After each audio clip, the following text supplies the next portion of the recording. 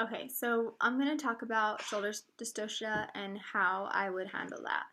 So the first thing that I'm going to notice is most of the time babies doing this turtling motion where they're kind of creeping all the way out, but then their head kind of will get sunk back in and then out and then back in.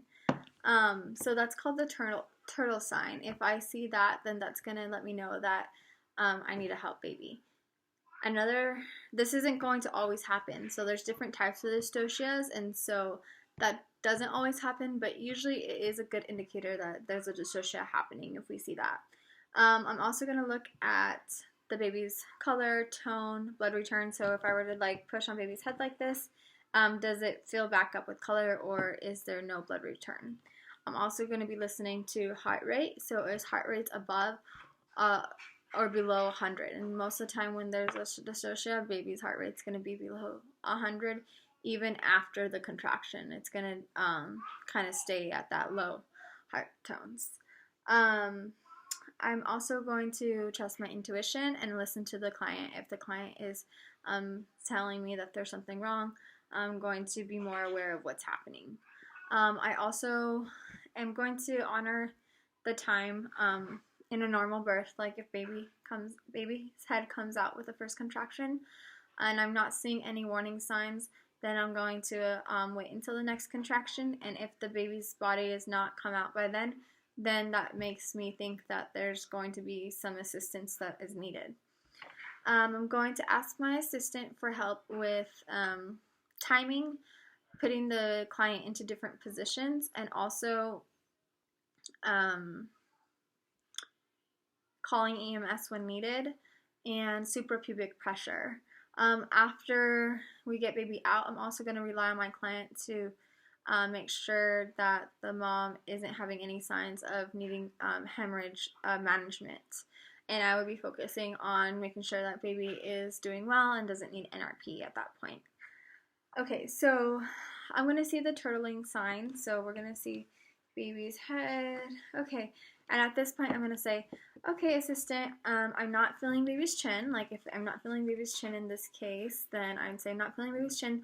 We need to help mom out of the tub if mom's in the tub and go onto hands and knees. And I'm going to say, Mom, I'm going to have to help your baby out. So just if you could go out of the tub and we're going to help you do everything and you're doing a great job. Take deep breaths so baby can get oxygen. I'm just going to help baby out, okay? Okay, so at this point I'm going to start doing check around the head and see if I feel, or check around the neck to see if I feel any like nuchal cord or nuchal hand. If that was the case, then I would just help with that. But in this case, it's a shoulder dystocia, so if I'm not feeling that, then I'm going to tell the mom, okay, I'm going to need you to get onto your hands and knees. And then I'm going to have the assistant help mom get into the hands and knees because it's really going to have to be motivated by someone else, like helping the client turn over. This position is going to give me more area to fill usually, rather than going in from the front pubic arch. Going through the back sometimes will give me more space.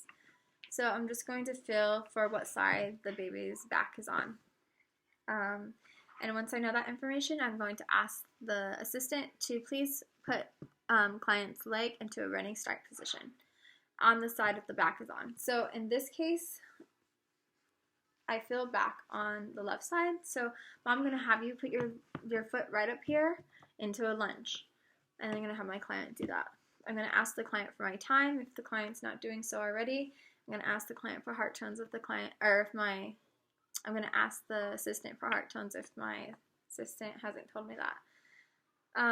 And at this point, I'm going to ask my assistant to get free-flowing oxygen onto mom. Okay, so I feel baby's back. I'm going to tell her, okay, give a little push.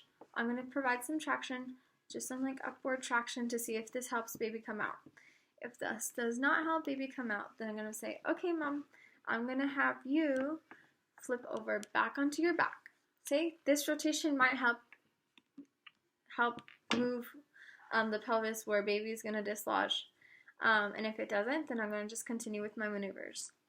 So I'm going to tell, so client is, I'm going to ask my assistant to help put client into Mick Roberts. So the motion of putting their legs back is what's going to help with the releasing the shoulder. So it doesn't really matter, like we're not going to focus on getting the legs wider and wider and wider, or really what should be happening is clients is like closer to their abdomen, but we're not going to focus on that. The motion of pushing legs back, that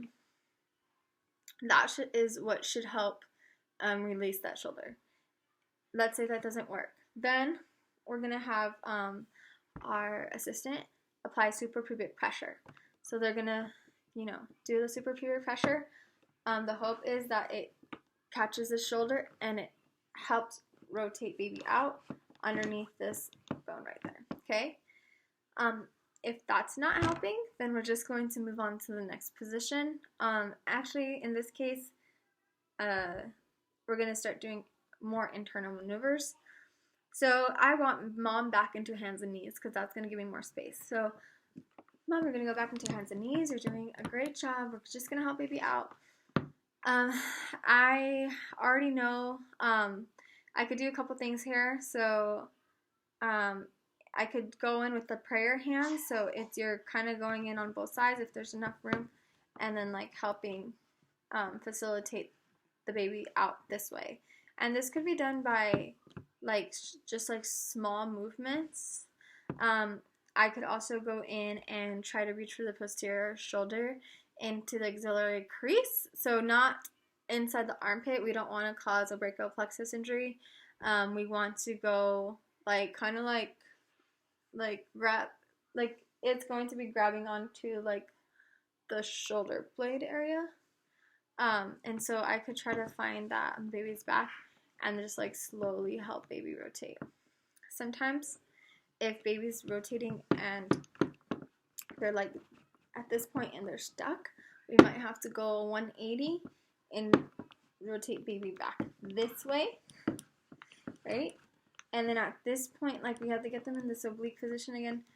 Then we would reach for the, I would try to reach for the posterior arm, bring it up to the chest, and then out if possible. Okay, so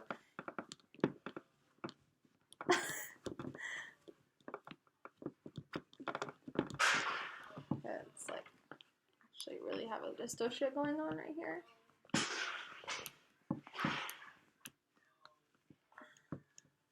And if I'm not able to reach the posterior arm, then I'm going to continue to just do the other maneuvers. I was hoping that would help my baby.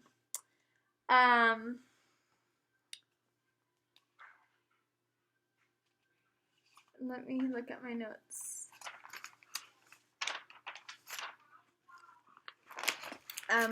By 1 to 2 minutes, I would have my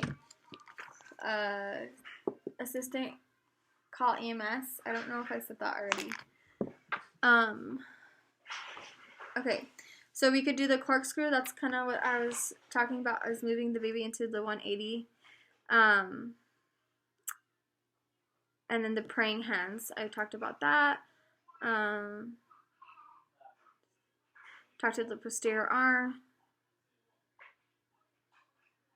I talked about the Tharp maneuver. Okay, so then after this, I would just continue back to where I started. I keep having mom move. Movement is what's going to help the most. I could try doing what Miss Lynette suggests, and she suggests is kind of like the reverse corkscrew, where I see what way baby's restituting. So I could see what way baby's kind of trying to go, and I could help baby go to that position, and also have the client move over like a roll onto their partner while I motion the baby the opposite way. I don't know if that makes sense. But that's how I think that's how that's supposed to go. if that does not help, then at 6 minutes, I'm going to try to break the clavicle bones. I actually have a question about this because in our paper and our instructions,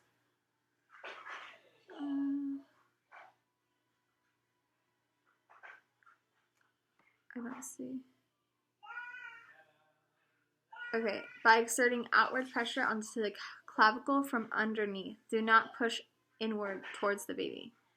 So I think I'm just a little confused on what that means. But I know that I will be doing that at 5 minutes or so. And yeah, that's about it.